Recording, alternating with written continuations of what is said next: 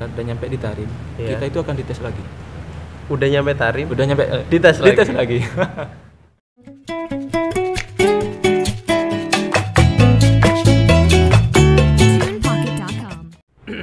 Assalamualaikum warahmatullahi wabarakatuh. Ahlan wa sahlan. Di video kali ini kita akan ngobrol bersama teman saya, Kang Solahuddin Afaf. Ya.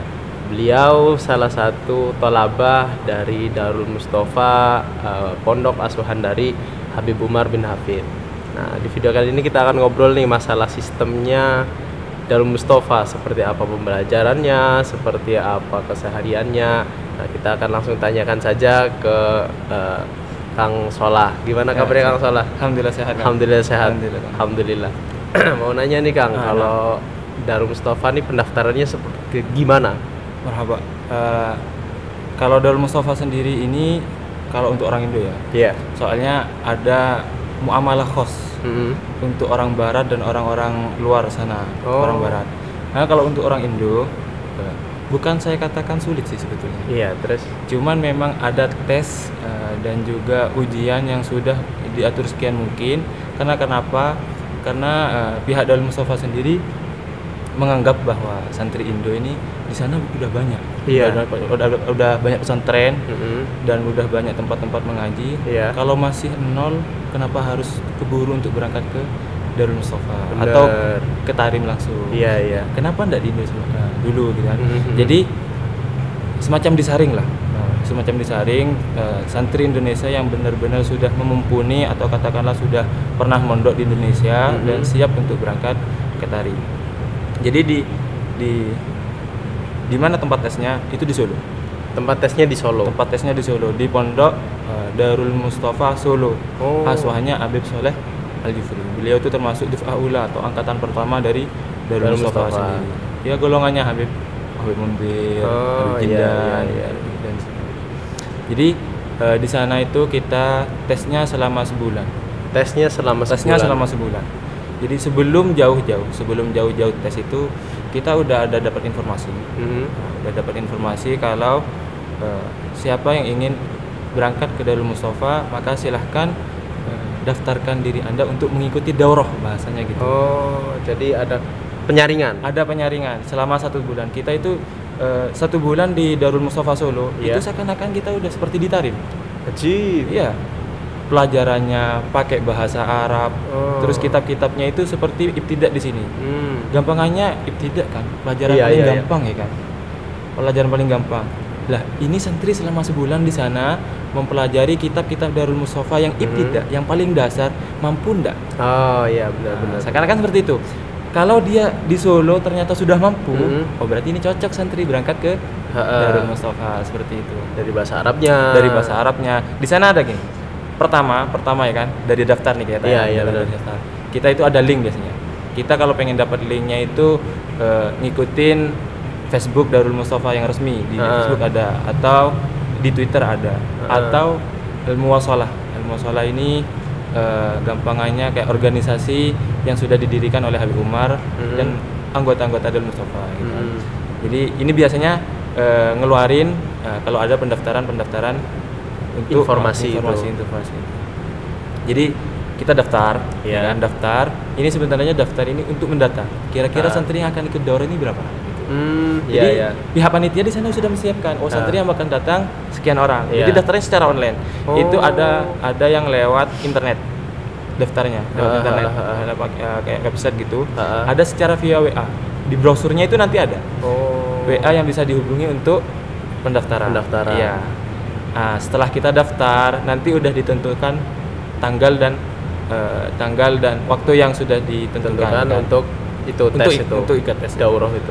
Kita nyampe ke sana itu nggak langsung ikut tes. Iya, nggak ikut langsung tes, tiba-tiba ikut daurah sebulan gitu, enggak. Tapi kita juga dites juga. Jadi sebelum ikut daurah tes, kita dites dulu. Sebelum penyaringan ada saringan lagi. Soalnya kan selama tes itu kita kan pakai bahasa Arab. Baca kitab, bahasa Arabnya digali lagi. Ada hafalan Al-Quran, cuman nggak sesulit itu sih. Yang penting ada dasar, maksudnya bisa bahasa Arab. Jujur saya sendiri dulu cuman santri Jawa sih. Maksudnya bahasa Arab itu cuman benar, yang di kitab itu. Iya. Cuman kan ya untuk muhadatsah mungkin bisa dilatih. Itu pertama kita ikut daurah, kita itu emang kayak diuji. Dia bisa bahasa Arab enggak? Bisa bahasa kitab enggak? Bisa baca kitab enggak? Terus hafalan Al-Qur'annya. Itu hafalan Al-Qur'an nanti ketika didaurah. Pas awal untuk penyaringan, sebelum penyaringan itu cuma sekedar baca Al-Qur'an gitu. Bagaimana bacaan Al-Qur'an? Bacanya bisa enggak bisa gitu. Enggak itu ya. Jadi itu gampang sih. Yang penting bisa baca kitab sudah. Penyaringan pertama. Iya, penyaringan pertama.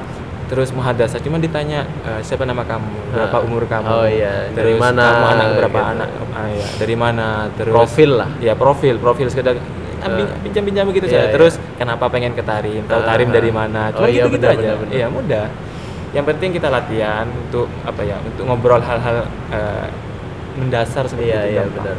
Setelah kita masuk daurah, kita mulai pelajaran di situ. Pelajarannya ada fikihnya ini Dakhirah Sari, ini karangannya Habib Umar. Itu nanti dihafal juga, soalnya kan ada kayak cuman gampang sih, rukun wudu. Dasar syarat-syarat gitu. wudu, syarat-syarat sholat itu udah mendasar banget, cuman itu nantinya dihafal saja gitu. Terus ada doa sebelum tidur, setelah tidur. Itu atau mungkin nanti teman-teman nih yang mau ikut tes gitu bisa dihafal terlebih dahulu sebelum ikut tes. Jadi kan gampang. Pas masuk gampang. Jadi kita tahu dulu. Terus nanti ada kitab Mukhtarul Hadis. Itu karangannya Habib Umar juga. Maksudnya Habib Umar tuh ngumpul beberapa hadis sekitar 40 atau 50. Arba'in gitu ya. Iya, kayak arba'in. Itu bisa dihafal dulu buat teman-teman yang mau ikut tes. Terus nanti ada hafalan Al-Qur'an. Nah, hafalan Al-Qur'annya ini yang enggak bisa tebak. Yang penting sejuz. Kalau zaman saya sendiri dulu itu juz 30. Setelah saya itu juz 29. Ada yang pernah 28. Jadi enggak bisa ditebak. Bisa acak gitu. Per tahun itu bisa acak gitu. Yang penting sejuz. Gitu. Terus selama di sana kita kan sebulan itu betul-betul emang disaring sih, bukan hanya sekedar disaring secara basic. Bukan sekedar pelajaran dia sudah sampai mana, bukan sekedar itu. Cuman juga dilihat dari akhlak. Gitu. Jadi akhlak dia ini gimana nanti? Cocok enggak kalau dia berangkat ke Tarim? Kalau dia masuk di Darul Mustafa cocok enggak? Soalnya kan kita tahu sendiri lah, Tarim itu kan hanya bukan untuk tempat kita belajar. Cuman bagaimana kita membangun sifat-sifat yang karimah. Masyaallah ya. Kemudian tadi setelah penyaringan itu berarti di penyaringan itu kita nggak hanya belajar kitab, nggak hanya belajar bahasa, tapi kita dilatih dalam akhlak dan hafalannya juga ya. Insyaallah. Dan itu nanti setiap tahunnya, setiap daurah itu, setiap penyaringan itu pihak Darul Mustafa sendiri di Tarim ngutus satu utusan ustadz untuk ngajar di sana. Jadi kita seakan-akan udah ini beneris dari Tarim. Kita udah seakan-akan sudah di Darul Mustafa gitu. Padahal masih di Solo. Jadi saya rasa dulu seandainya alhamdulillah lulus ya. Seandainya enggak lulus pun, saya enggak merasa rugi ikut dos. Seperti sudah merasakan. Seperti sudah merasakan di Darul Mustafa. Terus nanti tesnya juga seperti di Darul Mustafa juga. Ketika jadi kan kita ngaji tuh selama sebulan. Di akhir bulan nanti ada tesnya. Ada tesnya juga. Jadi sebetulnya ke Darul Mustafa itu nanti kita sulitnya sih kalau sekarang nih. Bukan masalah tes kalau menurut saya. Kalau tes itu yang penting di Indo pernah belajar sudah. Baca kitab bisa lah dikit-dikit gak apa-apa. Bahasa Arab ada lah gitu. Terus kemauan ada kan, soalnya kan kalau masalah akhlak merubah sifat itu bisa dibangun. Bisa dibangun. Yang penting kita ada kemauan kan kita bisa memulai. Benar-benar. Itu gampang sih. Bisa diatasi. Cuman yang sulit itu kadang masalah jumlah. Jadi dari sekian santri yang daftarkan kayak tahun terakhir nih, pendaftaran yang berangkat tahun kemarin itu yang daftar daurah Solo 300. Sekitar 300.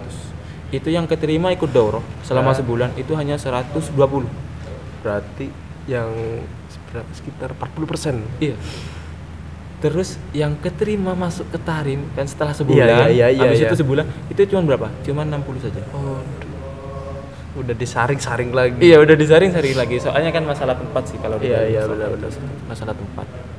Terus Iya, daurah sendiri. Daurah sendiri itu pendaftarannya setiap santri dikena biaya sekitar 1.500.000. Dari dari buat daurahnya itu udah masuk tempat, misalkan buat pelajaran dan kitab-kitabnya itu udah. Gitu. Kalau biaya di waktu berangkat, kita lanjut nih. Nanti kan setelah daurah itu kita akan masuk grup. Ada grup WA biasanya seperti itu. Iya.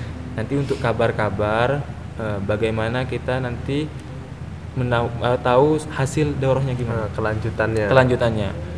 Nanti itu sama ustadznya, sama pihak Darul Mustafa atau pihak Darul Mustafa Solo nanti itu sudah dibuat grup atau nomor kita sudah dicatat di sana, udah diinput ya kan.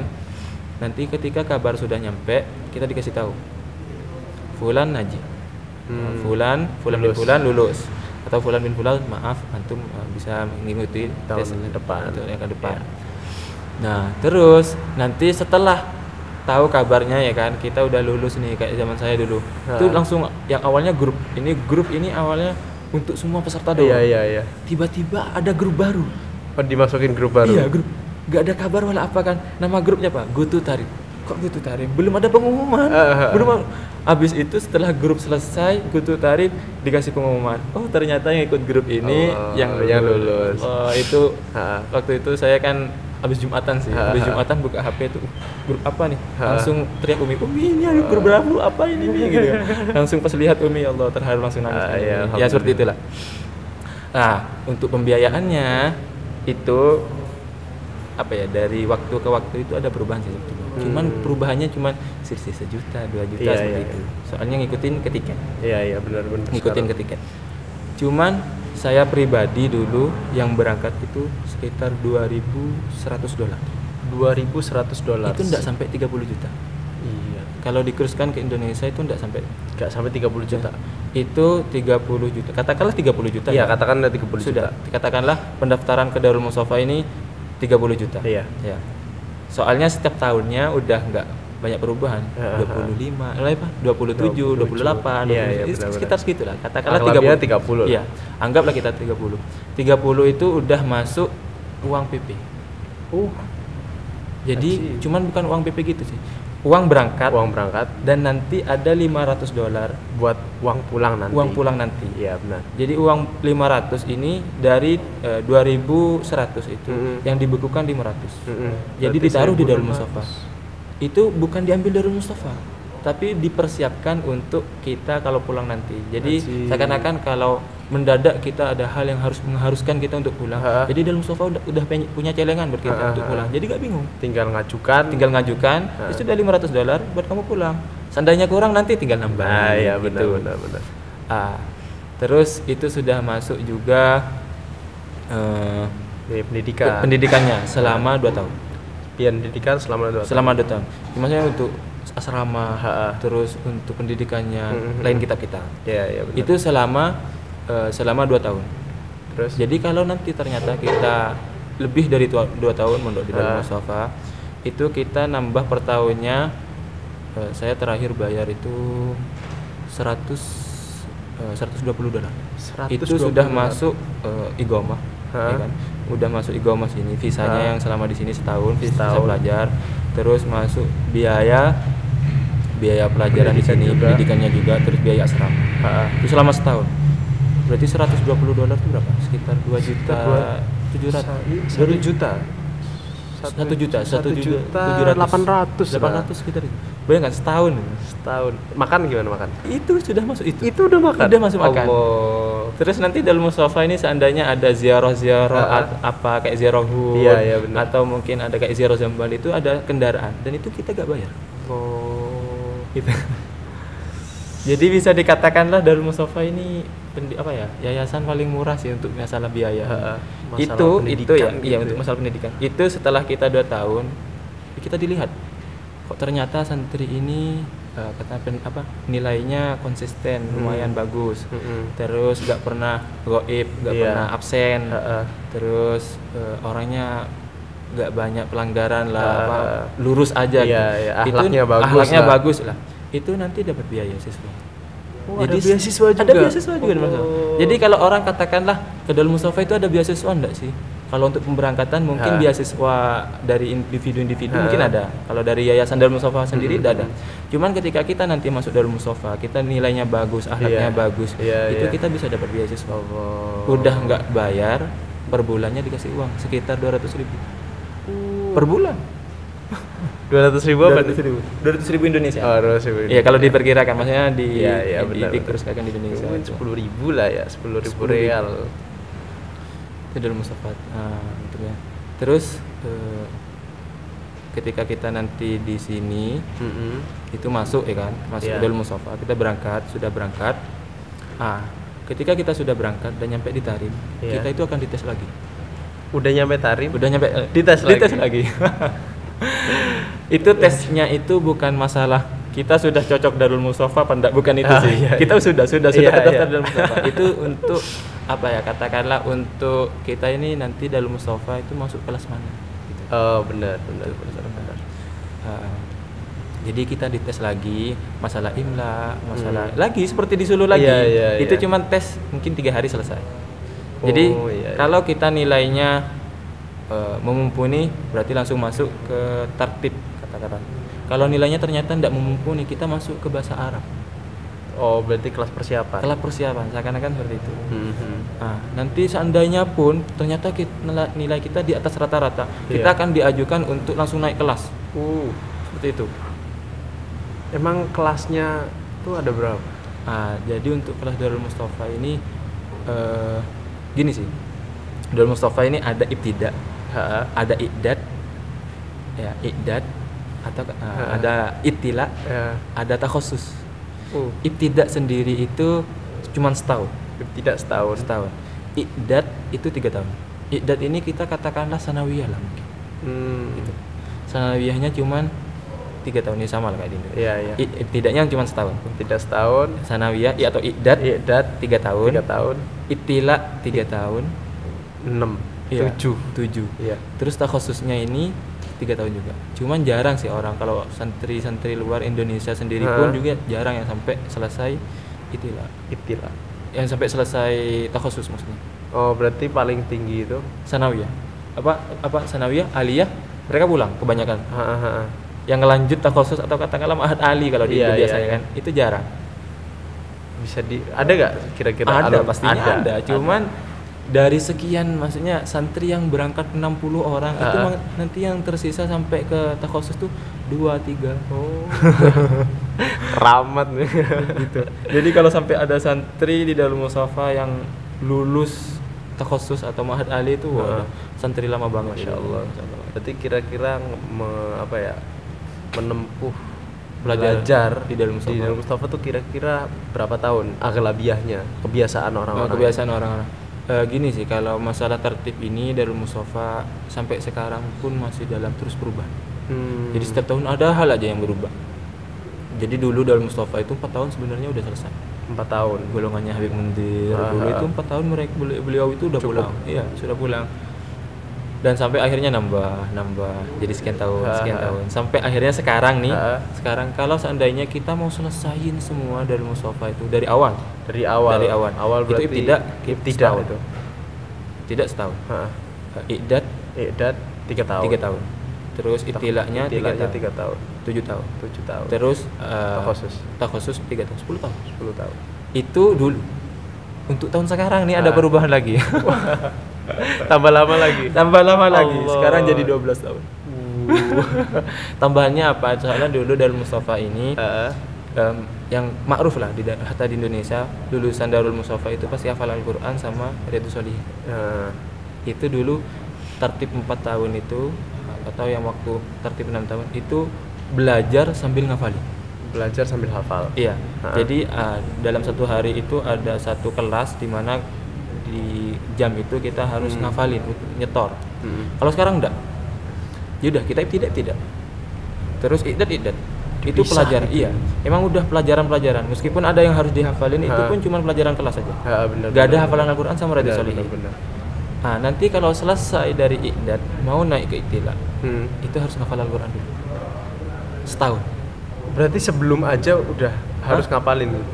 Sebelum ittila ini. Iya, sebelum ittila dari iqdad selesai ya. Udah selesai iqdad, itu mau ke ittila harus ngafal Al-Qur'an dulu. 30 setahun. Kalau lebih dari setahun? Mungkin Tahun depan ya? dilihat dulu nanti Iya, dari iya. ustadznya itu gimana. Mungkin ada keringanan juga atau bagaimana nanti. Dan begitu juga nanti ketika mau naik ke itila, dari itila ke takhusus, Iya. itu harus ngafal Riyadhus Shalihin dulu. Jadi di tahap lah sekarang. Iya, Kalau iya. dulu udah Bareng kita gitu, ngaji, ngafal Al-Qur'an sama Riyadhus Shalihin gitu. Mungkin lihat kayak gitu berat. Mungkin zaman berat sekarang. gitu ya. Jadi gitu.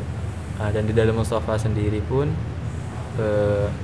kalau tahun pertama itu setelah kita terdaftar ya kan di Darul Mustafa, tahun pertama itu kebanyakan memang kita di furu. Iya. Ya. Jadi Darul Mustafa ini punya beberapa furu resmi.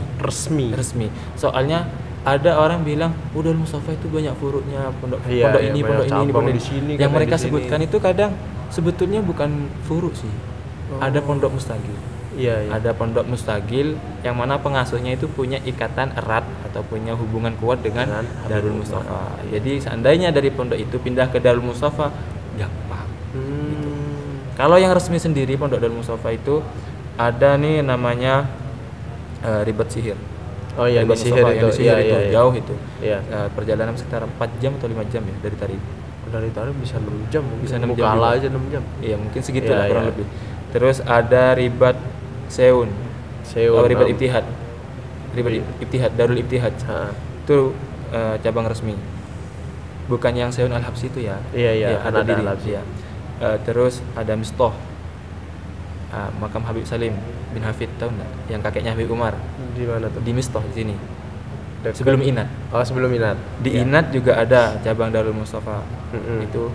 Terus yang di Tarim cabang Darul Mustafa yang di Tarim sendiri. Yang tadi saya sebutkan itu di luar Tarim. Di luar Tarim ya. Nah, yang di Tarim sendiri itu ada Jami Iman dekat sini, Jami Iman. Oh iya. Ya. Dan di sini Darul Madinah. Dan ini termasuk cabang Darul Mustafa. Itu cabang resmi. Kalau cabang-cabang yang lainnya saya sebutkan itu kebanyakan ditempati untuk anak-anak yang tidak. Jadi anak-anak yang baru setahun, 2 tahun itu di cabang. Dan Jami Iman ini untuk yang 2 tahun, masuk 2 tahun di Jami Iman. Sedangkan Darul Madinah sendiri ini seakan-akan kita keluar dari sekolah. Iya. Kalau Darul Madinah ini kita keluar dari sekolah ngafalin Al-Qur'an. Oh. Jadi gitu. Selesai dari Darul Madinah, kita masuk ke sekolah lagi. Kemarin kita kelas berapa? Kelas 2. Ya oke. Kita lanjut. Oh, gitu. Iya. Gitu. Kayak apa ya? Khoriji gitu. Iya, kayak khoriji. Cuman cabang resmi. Cabang resmi gitu. Lah, ada kadang orang tuh mikir gini. Banyak sih, bukan beberapa aja. Saya tuh dengar katanya kalau Darul Mustafa ini harus ke cabang dulu. Bahkan cabangnya luar Tarim gitu. Aduh gimana? Saya pengen ke Darul Mustafa langsung. Ya kan gitu kan. Ini banyak banget. Iya kan. Setelah dulu saya sempat berpikir gitu. Iya. Setelah saya rasakan sendiri, setelah saya rasakan sendiri, pernah di cabang 2 tahun sih di cabang. Sama sekarang nih, maksudnya 2 tahun sama yang sekarang. Iya. Itu saya mikir ternyata ada di cabang ini lebih, bukan saya katakan lebih enak, cuman sebelum kita masuk ke Tarim itu lebih bagus kita di cabang. Kenapa? Soalnya gini, kita itu dari Indonesia. Kita santri Indonesia. Iya. Terbiasa dengan adat Indonesia. Benar. Bermuamalah dan akhlak pun, gaya hidup pun masih Indonesia banget. Untuk masuk ke Tarim. Maksudnya Tarim itu kan orangnya penuh dengan akhlak, penuh dengan ibadah, penuh dengan zikir, gerak-geriknya penuh dengan apa ya? Katakan Sunnah Rasul. Sedangkan kita santri Indonesia yang masih barbar, yang masih penuh canda ngomong pun kadang kita beda loh. Kita ketika orang Tarim ngobrol tuh kayak lebih kayak bisik-bisik sih, apalagi di tempat-tempat umum ya. Sedangkan kita ngobrol sama temen kan kayak teriak suara gitu, manggil teman dari jauh gitu kan. Selain itu kan di Tarim kan katakanlah aib, apalagi kita benar. Nah, untuk mengetahui hal-hal yang seperti itu, adat Tarim, akhlak Tarim, kita di cabang dulu. Jadi kita terbiasa, sudah persiapan. Sebelum kita betul-betul duduk di Tarim, betul-betul duduk di Darul Mustafa, itu kita ada di cabang. Benar. Dan sekarang pun mending di cabang itu cuma 2 tahun saja. Kalau dulu katanya ini yang santri yang diem di Darul Mustafa itu adalah santri yang sudah 3 atau 4 tahun ke atas di cabang. Baru bisa Darul Mustafa ya. Iya, maksudnya di cabang 3 tahun atau 4 tahun baru bisa Darul Mustafa. Sekarang cuma 2 tahun. Mentok 3 tahun itu udah lama banget sih. Berarti masuk ke DM. Nah, Iya. di pusat DM itu kira-kira di kelas apa? Di kelas Ibtidak pasti di cabang. Ibtidak masih di cabang. Iya. Terus Iqdad kelas tahun pertama itu kalau saya sendiri dulu Iqdad tahun pertama itu langsung di Darul Mustafa. Jadi di cabang cuma setahun. Habis itu langsung ke Darul Mustafa. Selesai Iqdad, saya kan udah selesai Iqdad. Iya. Mau naik ke Ibtidak harus hafal Al-Qur'an. Jadi sekarang saya di sini. Oh, gitu. benar. Jadi di Ibtidak di cabang. Habis itu Iqdad itu biasanya sih kebanyakan aglabiahnya itu pas di cabang juga sih. Jadi setahun 2 tahun baru ke Darul Mustafa. Seperti itu. Iya. Berbicara tentang tahun, sekarang berbicara tentang sistem belajar. Sistem belajarnya Darul Mustafa itu seperti apa? Katanya menggunakan sistem halakoh gitu. Itu soalnya kan gini. Darul Mustafa itu kenapa pakai sistem halakoh? Karenanya ada sih magalah Imam Haddad tuh yang bilang dulu saya pengen dakwah alal gorosi, duduk di kursi gitu. Cuman saya lihat kok salaf nggak ada yang pernah ngaji pakai kursi. Iya. Pakainya halakoh duduk gitu. Jadi Darul Mustafa menggunakan sistem yang seperti itu tabak li salaf untuk menghidupi apa yang sudah dilakukan oleh para salaf sholihin di Tarim sendiri gitu. Jadi kelasnya itu ya kayak ngaji di musola, ngaji masjid Indo itu udah gitu. Jadi kita ustadz duduk di depan, terus santrinya ngelilingin ustadz gitu. Iya, nggak pakai kursi gitu Iya. Terus gitu sih. Untuk kelasnya itu paling banyak per kelas 20 orang itu udah banyak. Per kelas 20 orang. Berarti per halakoh 20 orang itu. Iya, sekitar segitu. Bahkan bisa lebih dikit. Jadi ustadz itu betul-betul apa ya? Mengetahui kesantrinya. Jadi katakanlah kalau kita lihat di Indo itu antara ustadz dan santri itu emang didikannya gitu. Sami'na wa ta'na banget dalam arti tunduk patuh gitu. Iya. Kalau di Tarim ini bukan enggak sami'na wa ta'na, cuman sama ustadz itu lebih kayak seperti sahabat. Bisa diajak ngobrol. Terus sering nanya kabar kita gimana, pelajaran gimana, paham enggak? Bukan sudah di kelas. Bukan di kelas saja. Setelah keluar dari kelas nanti ditanya, gimana tadi di kelas ada yang enggak paham mungkin atau gimana? Kok kelihatannya mungkin ada yang santri ngantuk gitu kan. Gimana tadi malam tidurnya nyenyak apa enggak? Seperti itu. Perhatiannya itu ada gitu. Mungkin kalau di Indonesia habis masuk kelas nanya kabar, pelajaran kelar. Iya, ada yang mau nanya, nggak ada, ya sudah keluar gitu kan. Benar. Padahal santrinya kayak kebingungan gitu. Iya. Kalau di sini nih emang betul-betul ditanya, maksudnya betul-betul diperhatikan, perhatian banget gitu. Iya, Masya Allah emang. Jadi setelah ngobrolin sistem, mungkin ngasih pesan nih buat teman-teman yang mau ke Darul Mustafa seperti apa? Pesan-pesan saya sih untuk teman yang mau berangkat Darul Mustafa, kalau masalah persiapan mungkin. Iya. Kalau masalah persiapan jangan takut untuk masalah persiapan dan jangan berkecil hati. Soalnya kan kadang teman ini Darul Mustafa Tarim gitu kan, santri Habib Umar, saya bisa apa? Iya. Kadang orang mikir gitu. Sebetulnya yang penting punya kemauan, ada niat tekad, dan juga ada bekal sedikit lah tentang pelajaran fikih, tentang pelajaran nahwu, bisa baca kitab, baca Al-Quran. Oke. Saya rasa jangan perlu takut dan jangan pernah takut untuk mencoba. Jangan pernah takut. Selagi ada kabar dan ada pengumuman pendaftaran, silahkan coba dengan kemauan antum, dengan niat antum yang betul-betul pengen ngaji di Tarim, di Darul Mustafa, insya Allah dikabul. Amin. Walaupun hanya di cabang, insya Allah bisa merasakan keberadaan. Soalnya walaupun nanti ternyata ya Allah mudah-mudahan lulus, amin. Cuma seandainya pun tidak lulus, ada di Darul Mustafa Solo, ikut daurah itu sudah sangat nikmat sekali. Sudah dapat faedah yang besar gitu. Iya, sudah seperti ada di Darul Mustafa. Soalnya yang ngajar pun nanti alumni Darul Mustafa dan ada utusan dari Darul Mustafa tadi. Mungkin itu saja obrolan kami mengenai Darul Mustafa Tarim. Jika ada mau teman-teman yang tanya-tanya lebih tentang Darul Mustafa, mungkin bisa hubungin beliau lewat Instagramnya atau lewat lainnya ntar ada dicantumkan. Ya. Terima kasih buat teman-teman yang sudah nonton. Jangan lupa untuk subscribe, like, dan komen, share ke teman-teman yang mau tahu tentang informasi Darul Mustafa ini. Syukron, ma'assalam.